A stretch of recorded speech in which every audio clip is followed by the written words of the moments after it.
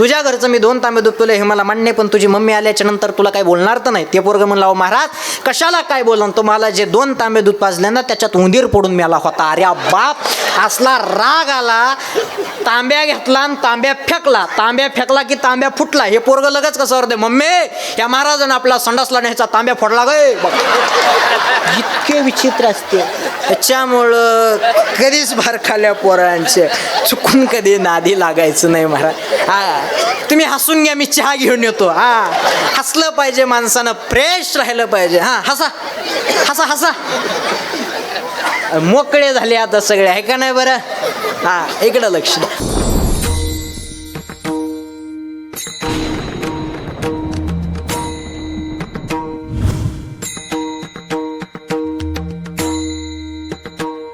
अभंगाच्या प्रथम चरणा जगद्गुरु तुकोबाराय सांगतात, करावे कीर्तन मुखी गावे हरीचे गुण. तुम्ही कीर्तन करा, मुखाने हरीचं गुण गा. ठीक आहे, काय होईल हो, मग काही नोहे बाधा, कामदुर्जनाची क्रोधा. तुमच्या जीवनामध्ये तुम्हाला कुठल्याच प्रकारची बाधा होणार नाही. ठीक आहे महाराज. पण खऱ्या कीर्तनाचं महत्त्व सांगणार होते. कीर्तनाचे प्रकार आहेत. कुठले कुठले कीर्तन आहे ऐका. गुण कीर्तन, लीला कीर्तन, सगुण कीर्तन, नामकीर्तन. या 4 कीर्तनापैकी एकच कीर्तन करायचंय. मग आम्ही नेमकं कीर्तन करावं कुठलं महाराज. तुम्ही गुण कीर्तन करू नका, लीला कीर्तन करू नका, सगुण कीर्तनही करू नका. करायचं जर असेल तर तुम्ही नामसंकीर्तन साधन पैसोपे. महाराज सांगतात तुम्ही काय करा, कीर्तन करा. ठीक आहे, कुठलं नामाचं कीर्तन. काय होईल हो, जेवढं पाप जन्माला आलंय ना संपूर्ण पाप जळून जाईल. पण येड्याच्या नादाला किती लागा, येडं कधी ऐकतं का. हा त्याच्यामुळे मी नेहमी सांगतो, येड्या माणसाच्या, बारकाल्या पोरांच्या आणि दारू पिणाऱ्याच्या चुकून कधी अजिबात नाही दादा. हा कधीच नादी लागायचं नाही. इतके येडे असतात महाराज. काही काही जण एक येडं पिशवीत अंडी घेऊन चाललं, काय पिशवीत अंडी घेऊन चाललं आणि पुढून एक येडं येत होतं. हे येडं त्या येड्याला म्हणतंय माझ्या पिशवीत काय, हे जर तो ओळखीलं ह्याच्यातले अंडे तुला. काय म्हणलं हे येडं, माझ्या पिशवीत काय, हे जर तो ओळखीलं तर ह्याच्यातले अंडे, आणि हे कशाचे, हे जर तो ओळखीलं तर कोंबडी सुद्धा, आणि हे कितीत, हे जर तो ओळखीलं तर 8च्या 8. तरी पुढचा म्हणतो मला ऑप्शन दे. काय डोंबल्याच ऑप्शन द्यायचं का तुला आता. काय त्याच्यामुळे येड्याचे कधीच नादी लागायचं. लय काय काय येडे ऐका. 3 जण काळे होते. काळे आडनावचे नव्हते मामा, काळेच होते. आणि त्यांना झाला देव प्रसन्न. पहिल्याकडं देव गेला, मला हा सांग तुला काय पाहिजे. पहिला म्हणला देवा मला गोरं करा. गोरं केलं पहिल्याला गोरं. दुसऱ्याला विचारलं सांग तुला काय पाहिजे. दुसरा म्हणला देवा मला त्याच्यापेक्षा गोरं करा. त्याला त्याच्यापेक्षा गोरं केलं. आणि तिसऱ्याला विचारलं सांग तुला काय पाहिजे. तिसरा म्हणला त्या दोघाला माझ्यासारखं करा. बघा इतके येडे असते. काय करायचंय. लय महाराज काही काही येडे एवढे खतरनाक असतात ना महाराज, एवढे खतरनाक. एक येडं सारखं डॉक्टरला फोन करायचं. हॅलो बोला डॉक्टर आहेत का. हो. कापूस आहे का. हाय घाला खिशात. परत दुपारी हॅलो हां डॉक्टर आहेत का. हो. कापूस आहे का. हां घाला खिशात. परत रात्री फोन. हॅलो डॉक्टर आहेत का. हो. कापूस आहे का. हो घाला खिशात. डॉक्टर एके दिवशी कदरलं. डॉक्टरला त्याने फोन लावला. म्हणे डॉक्टर आहेत का. म्हणे हो. कापूस आहे का. डॉक्टर म्हणले कापूस नाही. येडं म्हणलं खिशातला काढा. आतापर्यंत टाकलेला. इतके येडे. त्याच्यामुळे येड्याचे कधी नादी लागायचं नाही. असे येड्याचे उदाहरणं माझ्याकडे बरेचसे आहेत, पण सगळे मी इथं सांगणार नाही. का माहिती आहे का, उद्या कीर्तन झाले एखादं येडं म्हणून की कालचा बी महाराज येडाच होता का काय माहिती आहे. त्याच्यामुळं मी काही सगळं इथं सांगत नाही. येड्या माणसाच्या कधीच नादी लागायचं नाही. दुसरी गोष्ट म्हणजे बारकाल्या पोरांचे लय खतरा महाराज. हे बारकाले पोरं त्यांचे कधीच नादी लागायचं नाही. मी एका जणाच्या घरी गेलो, त्या पोरानं मला 2 तांबे दूध पाजलं.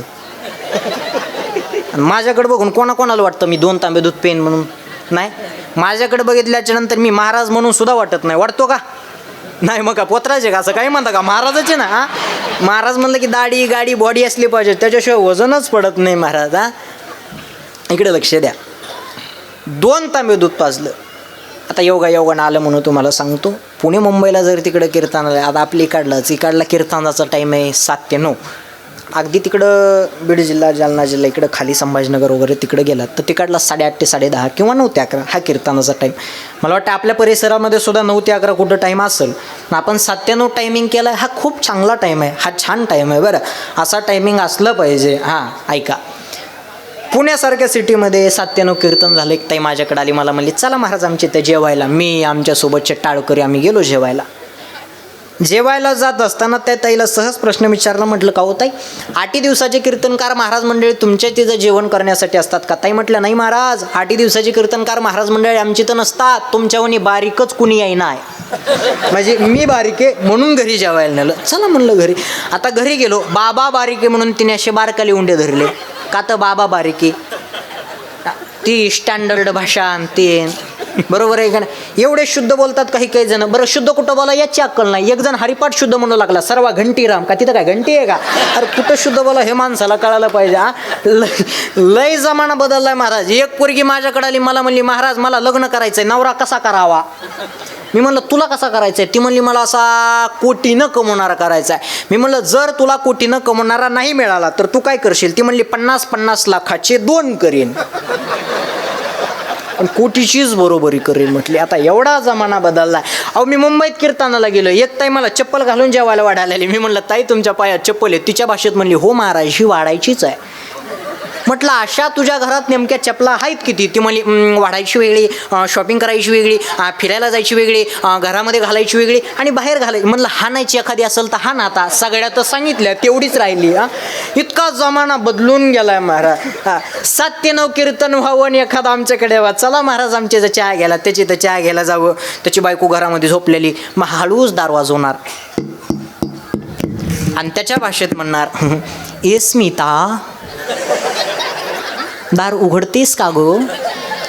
ए स्मिता अगं उडतेस का गं? म्हणजे उठच म्हणण्याचा ज्याचा अधिकार नाही तो म्हणजे स्टँडर्ड. हां तो हळूच आवाज देणार आणि म्हणणार ए स्मिता अगं चहा घेण्यासाठी आपले ते महाराज आले, तू थोडंसं दार उघडतेस का गं? म्हणजे ते हळूच दार उघडणार आणि ती म्हणणार इश्यू बंटी एवढं रात्री कशाला उठवलीस? इश्यू बंटी म्हणजे जसं काय कुत्र गित्र पाळलंय इश्यू बंटी. मग ते नखाची स्टाईल ते असं असतं, ते असते का नाही? हां मला काही एवढं माहीत नाही पण हां लय महाराज लय काय महाराज. एखाद्याच्या मातीला जरी जायचं असलं तर मेकअप करून जाणार, लय थाट असतो महाराज. आणि ते सोबत ते पर्स असतं, ते पर्समध्ये काय मला अजून काय मेळ लागला नाही त्या पर्सचा. पण गेल्या वर्षी कार्तिकी वारीत मला मेळ लागला बघा. त्या अनिकेत दादा मी आम्ही कीर्तन करून घरी चाललो आमच्या तिथं फ्लॅटवर, आणि कीर्तन करून घरी जात असताना ती पर्स आम्हाला सापडली. अनिकेत दादाला म्हटलं ती पर्स सोबत घेऊन चल, त्याच्यात काय आपल्याला बघायचं म्हणलं. पर्स सोबत घेतली आणि आमच्या तिथं गेलो फ्लॅटला. सगळी पर्स उघडून काढली, काही निघलं नाही त्या पर्समध्ये. आणि शेवटी एक टिकल्याचं पाकिट निघलं. आणि दादा म्हणला महाराज टिकल्याचं पाकिट आहे. मी म्हणलं किती ता? ते म्हणला 6 आहेत. मी म्हणलं 3 तू लावून 3 मला दे. आता काय करता? लय जमाना बदलून गेलाय महाराज. मग दार उघडणार, ती म्हणणार इश्यू बंटी उठवलं तरी कशो लुटलीस? ते म्हणणार अगं चहा घेण्यासाठी आपले ते बाबा आलेत. ती म्हणणार आई सिरियल बघू इतकी बोर झाली ना, एक काम कर चहा तू बनव, बाबांना पण दे, तू पण घे आणि मला पण दे. स्टँडर्ड, अगदी स्टँडर्ड. हां आणि आपल्या इकडं खेड्या भागात कीर्तनाला आलं 11ला कीर्तन संपव, एखादा आमच्याकडे हां चला महाराज आमची इथं दुधाला, म्हणजे म्हशी तो ह्याकडं आम्हाला दुधाला, त्याच्या इथं दुधाला जावं. तिथं शेळ्या, तिथंच कोंबड्या, तिथं तिचं बोरग दारू पिऊन पडलेलं म्हातारा कुठं डोक्यातच दगड घालतो आणि तेवढ्यात तिथं आम्ही जावा. मग ते बायकोला आवाज देणार ओय ओय ओय दार उघड, महाराज आलाय एवढा आवाज नका असू देऊ. दार उघड महाराज. बायको दार उघडीत नाही काही नाही, अंगावर घेतलेलं पांघरून फक्त मागं सरते आणि त्याला मध्ये काय लावलं ट्याव ट्याव ट्याव ट्याव ट्याव ट्याव. इथं दिवसभर माणूस का म्हणत नंतर झोपायच्या टायमाला तुमचा ट्याव ट्याव सुरू होते. ते म्हणतं चहा घ्यायला महाराज आलाय, डायरेक्ट बाई म्हणती महाराजाला घाल चुलीत. त्याच्यामुळं मी मधला मार्ग काढलाय. तुम्ही तुमच्या घरी नेऊ नका आणि बायकोला उठवू नका. कीर्तनाला आलात ना सुट्टे 10 रुपये द्या, मी वाटानं चहा घेतो. काय करायचंय सांग, कशाला उघड डोक्याला ताण? बरोबर आहे का नाही महाराज? हां इकडं लक्ष द्या. विषय हा चाललाय, मुद्दा हा चाललाय.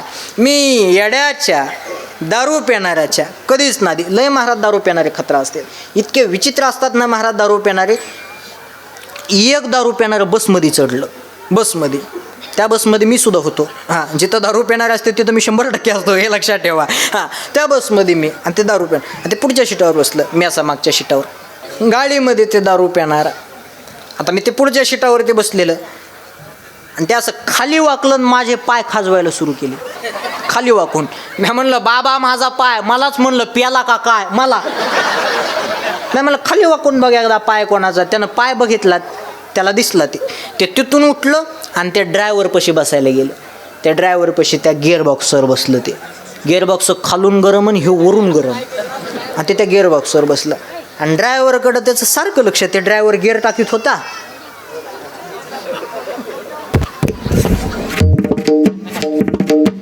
सारखं त्या गिअरकडे लक्ष. गाडी हॉटेलला जेवायला थांबली, ड्रायव्हर उतारला, कंडक्टर उतारला, त्यानं गिअरचं दंडकच उपसून काढलं.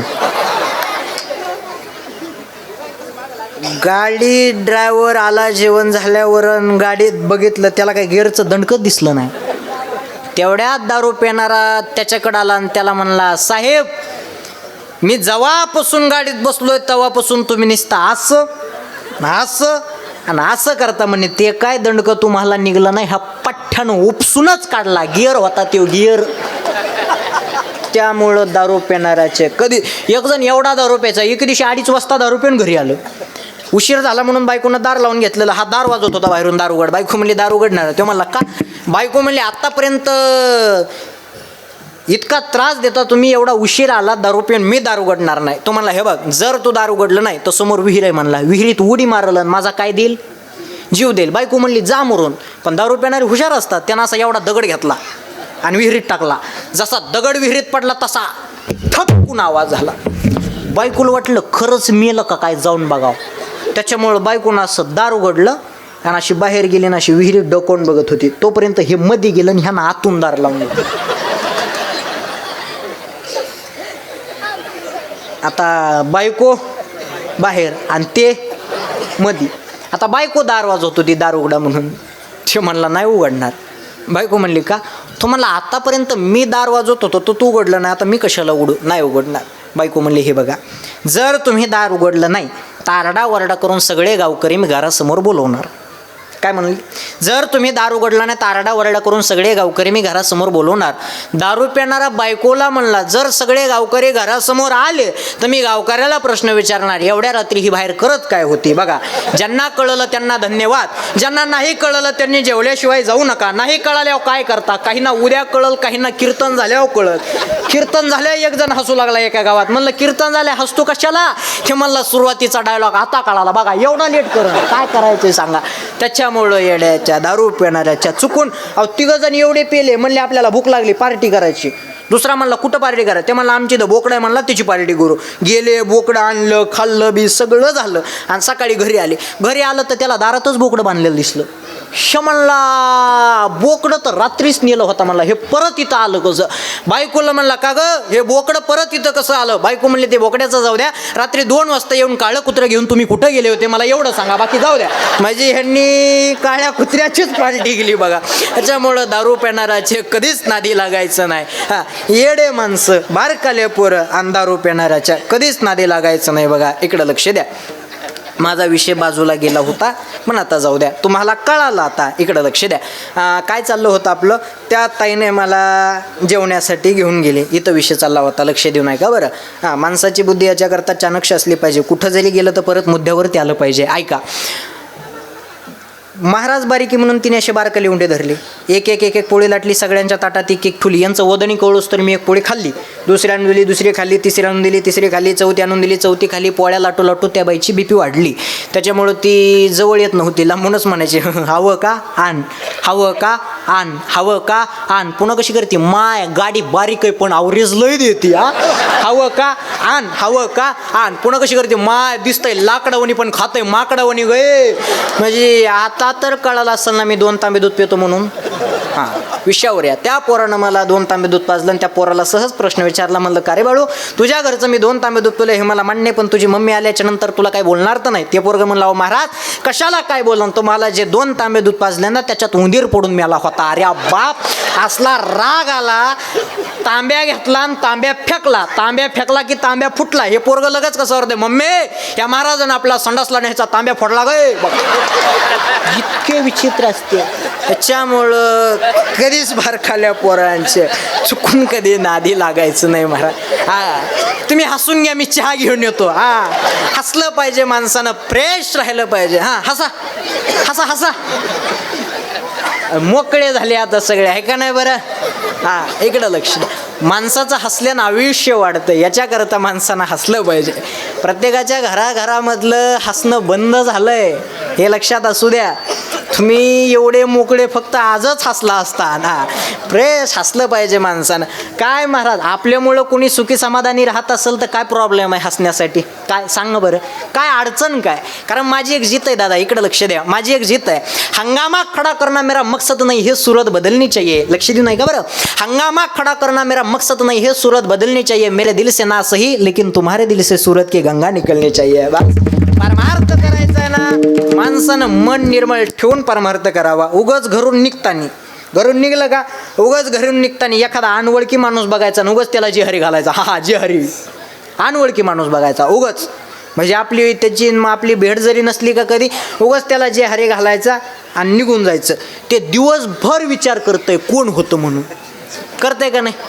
दिवसभर विचार करते का नाही? चोपदार उद्या तुम्ही करून बघा. हा उगाच अनवळखी माणूस बघायचा, जिहारी घातला की ते दिवसभर विचार करतं कोण होतं, आणि मनातली मनात हसायला लागतोय. बरोबर आहे का नाही? कोण होतं? आपल्या पाहुण्यातलं होतं का?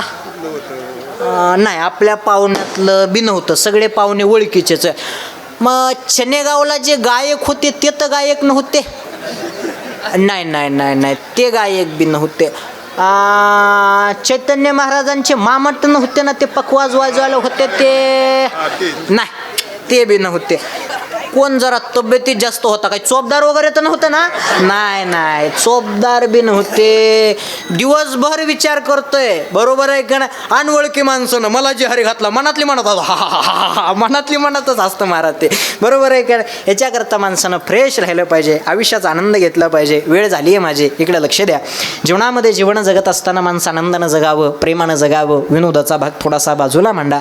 आतापर्यंत मी विनोद तुम्हाला सांगितले, फक्त तुम्हाला मी जे सांगतोय ते तुमच्या डोक्यामध्ये परफेक्ट बसावं याच्याकरता मी माझ्या विनोदी शैलीमध्ये तुम्हाला मी सांगितले. पण याचा मुद्दा, याचा अर्थ थोडासा वेगळ्या पद्धतीनं घ्या. ऐका, एवढं सुंदर तुम्ही सर्वांनी कार्यक्रमाचं नियोजन केलं आहे, गोड वातावरण आहे, सुंदर नियोजन आहे.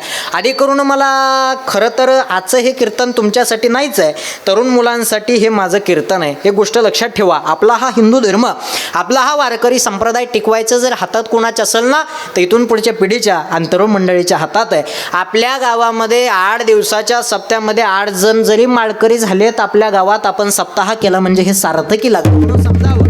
हे लक्षात असू द्या.